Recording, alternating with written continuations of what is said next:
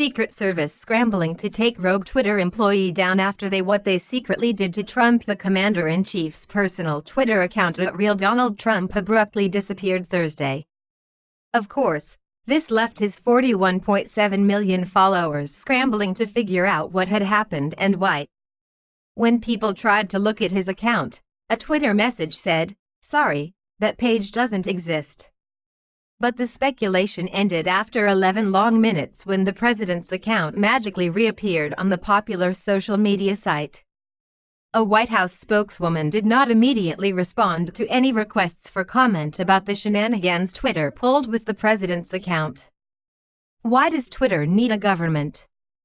MSN Reports, Twitter employee on last day of job deactivated Trump's account. Company says President Trump's Twitter account was deactivated for 11 minutes Thursday night by a company employee on the last day on the job, Twitter said, raising serious questions about the security of a tool the president uses to set major policy agendas, aggressively go after his critics, and connect with his core voter base.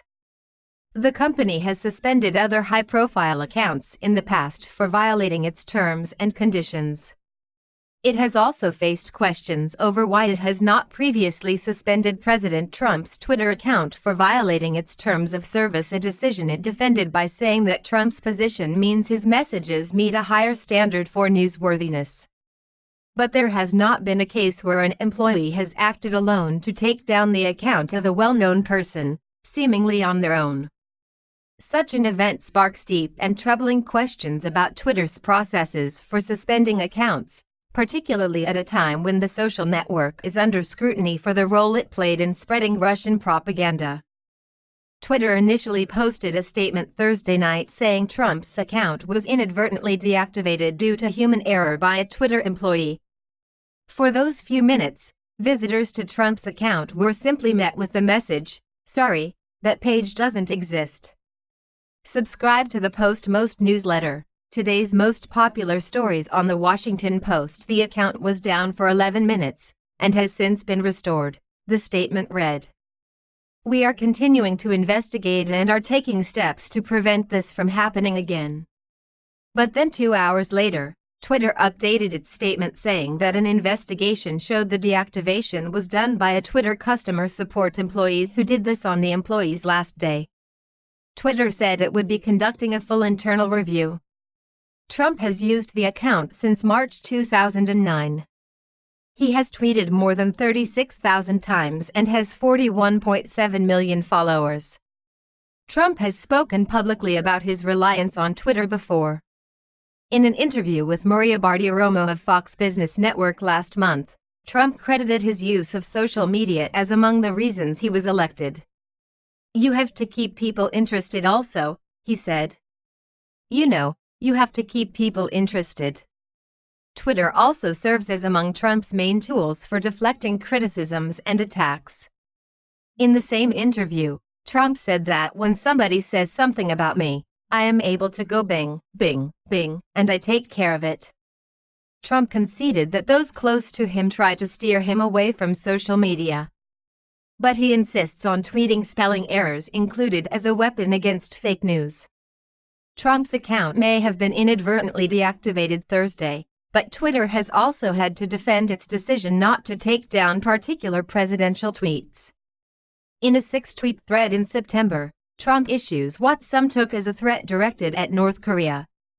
Just heard Foreign Minister of North Korea speak at UN. If he echoes thoughts of Little Rocket Man, they won't be around much longer. Trump wrote. As the Washington Post has reported, Twitter prohibits tweets that include violent threats, which some argued was Trump's intention. Twitter responded saying a number of factors go into account when evaluating controversial content, including its newsworthiness and whether it has public interest.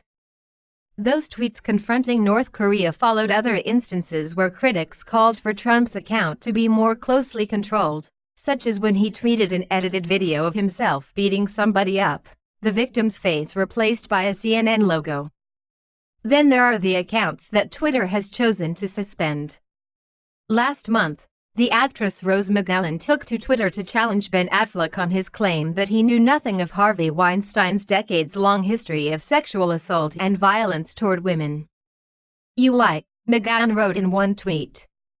But another tweet led to the temporary suspension of her account. Despite initially declining to comment on the content of that specific tweet, Twitter later explained that McGowan's account was temporarily locked because one of her tweets included a private phone number, which violates our terms of service.